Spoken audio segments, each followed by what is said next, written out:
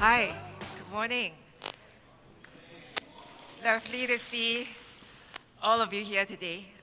It's my second time to this school, and it's worth every single second because it's inspiring a younger generation. My name is Michelle.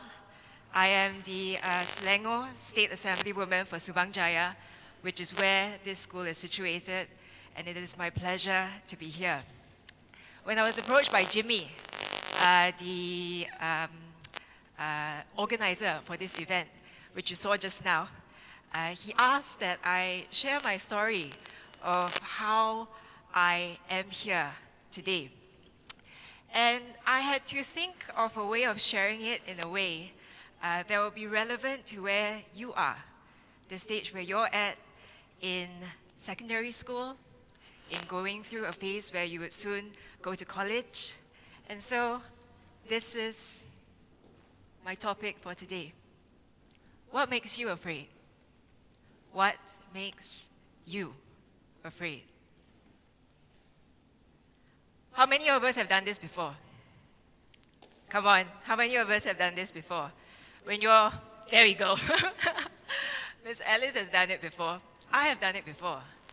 When you're watching a movie, especially if it's a horror movie, or a movie where a part is particularly thrilling, and you can't bring yourself to see what's up ahead. You put your fingers over your eyes, but you still want to see what's going on, and you open that gap between your fingers. And if you're brave enough, the gap gets bigger and bigger, and maybe, just maybe, if you're brave enough, you will be able to see what's next. Now, I want you to think of a time where you were particularly afraid. And I'm talking of things beyond phobias. So not just whether you're afraid of heights or whether you're afraid of spiders, but beyond that. In your everyday life, is there something that you are afraid of that is preventing you from taking the next step? You see, fear serves a scientific function.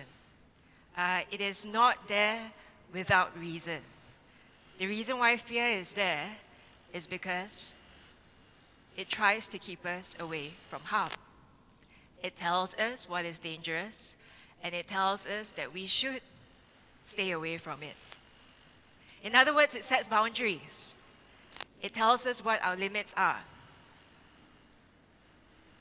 It tells us what is a threat to us. So the question then is, if fear is a good thing, how do we then deal with it? How do we deal with fear? I like this quote by Tim Ferriss, who is an investor. And he says this: fear is an indicator. Sometimes it shows you what you shouldn't do. More often than not, it shows you exactly what you should do. When I was young, when I was a toddler, and this is letting you in on a secret, I was afraid of the dark. I was terribly afraid of the dark. In my home, there are 3 floors. The lowest floor is where the dining room is, together with the kitchen. The second floor is where the living room is, and the third floor is where the bedrooms are. And I recall that the worst part of the day, the absolute worst part of the day, is after the sun sets, and after we have dinner as a family, and from the lowest floor we adjourn to the living room, and the lights at the dining area and the kitchen area are turned off. I would then usually have a craving for dessert. I would want my ice cream. But as a young kid and being very afraid of the dark, I couldn't bring myself to go downstairs to even turn on the lights because it was just a bit too far away to get the ice cream that I wanted. As I grew up, I found out another fear. And perhaps it's a fear that some of us here in classrooms might experience.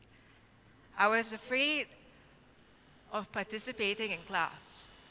I was afraid of raising my hand to answer a question.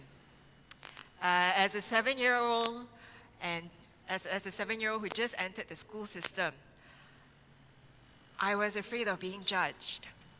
I was afraid of getting the wrong answer and making a fool out of myself. I was afraid of what my teachers would think of me if I didn't get it right. I was afraid of what my friends would think of me.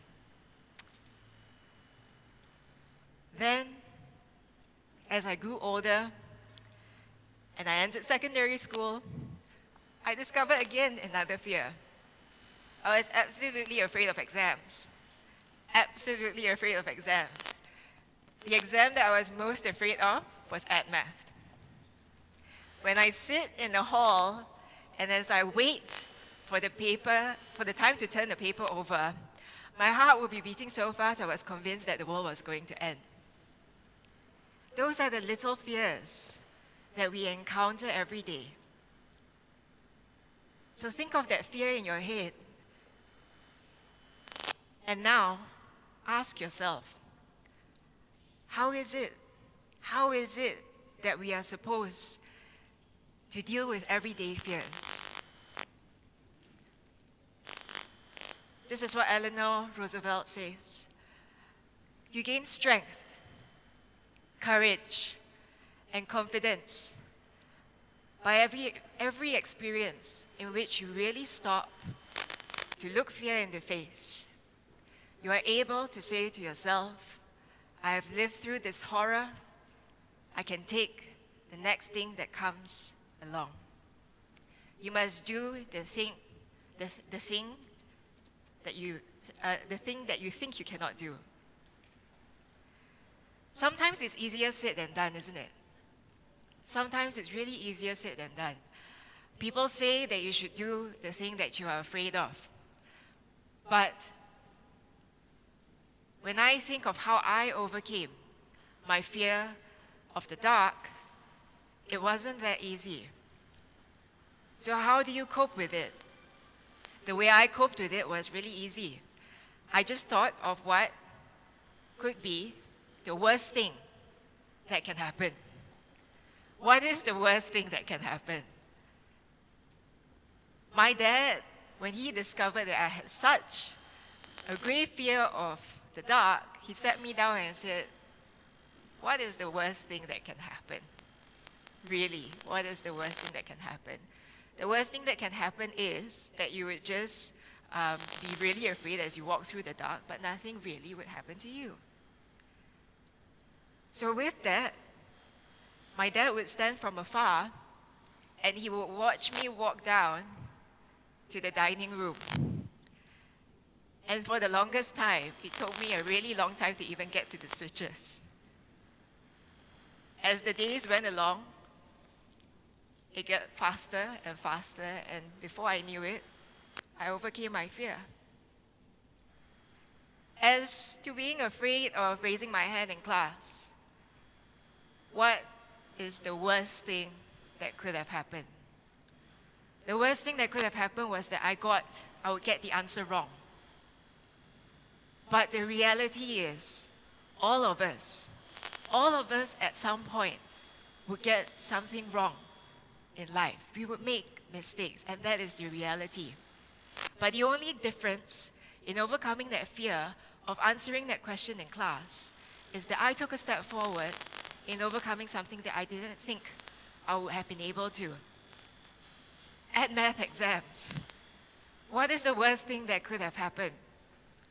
The worst thing that could have happened was that I would have failed that paper. And the reality is, all of us fail at some point. And the truth is, I did fail my first math paper. But in at least going through it, in at least facing that fear in the face, I told myself that I've been through this horror and I learned from it. I found out where I went wrong, and before I knew it, things progressed. And I didn't become too good at math, but I was still okay. You see, a lot of the fear that we face is driven by a fear of failure. But the reality is that without failure, it will be very difficult to progress. Jimmy Seinfeld. I'm not sure whether most of you might know him here. He's a comedian, a very renowned comedian. And guess what?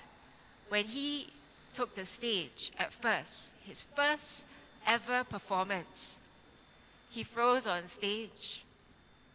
He was booed and jeered off stage.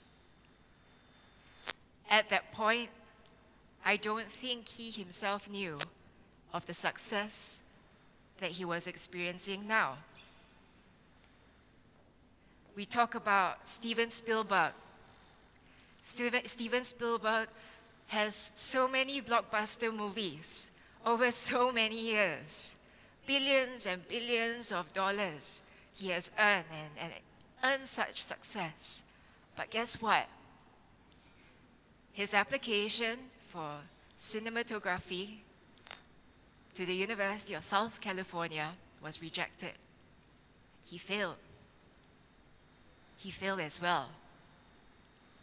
But it is in facing these fears and in learning from these failures that we learn how to overcome our fears. You see, courage is not the absence of fear. Courage is being able to do things in the presence of fear. So as I end my talk today, I ask that you do at least one thing that you are afraid of every single day. May you face your fears, and may you turn your fear into courage. Thank you all so much.